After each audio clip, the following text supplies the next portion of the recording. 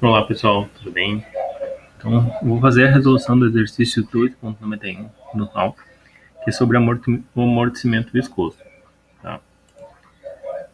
Esse exercício, então, eu estou utilizando valores diferentes do que está no livro, tá? São valores aleatórios que foram criados. Mas ele diz o seguinte, o texto: uma locomotiva de 3.137 kg de massa, que está viajando a uma velocidade de 5 metros por segundo. É parada no final da via férrea por um sistema mola-amortecedor. Se a rigidez da mola for K igual a 24.523 Nm por metro e a constante de amortecimento C igual a 1.168 Nm por metro, pede para determinar o deslocamento máximo da locomotiva após alcançar as molas e o amortecedor. Então, para isso, a gente precisa saber em qual caso que o nosso problema se enquadra. Tá? E para isso a gente precisa saber então o valor do fator de amortecimento. Então o fator de amortecimento é C sobre CC ou C sobre 2 vezes a raiz quadrada de K vezes M. Então eu tenho um fator de amortecimento de 0,066584. Esse fator de amortecimento é menor que 1, ou seja, nós enquadramos no caso 1. E podemos utilizar a equação abaixo para fazer a resolução desse problema. Tá? Para poder encontrar o deslocamento, que é o mesmo que está aqui.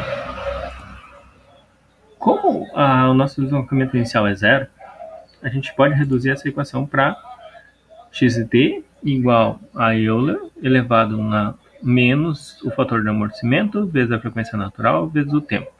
Tudo isso vezes a velocidade inicial dividido pela raiz quadrada de 1 menos o fator de amortecimento quadrado, e essa raiz multiplicada pela frequência natural vezes o tempo, e vezes o seno, de novo, da raiz quadrada de 1 menos o fator de amortecimento ao quadrado, essa raiz quadrada vezes a frequência natural vezes o tempo.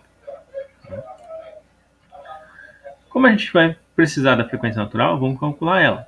Então, nossa frequência natural é a raiz quadrada de K sobre M, então vai me dar um valor de 2,796 radianos por segundo. Tá? Aqui, então, eu fiz o gráfico da resposta ao longo do tempo desse sistema, certo? Podemos ver que o máximo não está no zero aqui, o máximo vai estar deslocado no pico do meu seno, certo? Ou seja, eu preciso encontrar que, para que eu tenha o máximo, então esse valor aqui tem que ser igual a 1. Para que esse valor seja igual a 1, isso aqui tem que ser igual a π sobre 2, que é 90 graus, certo?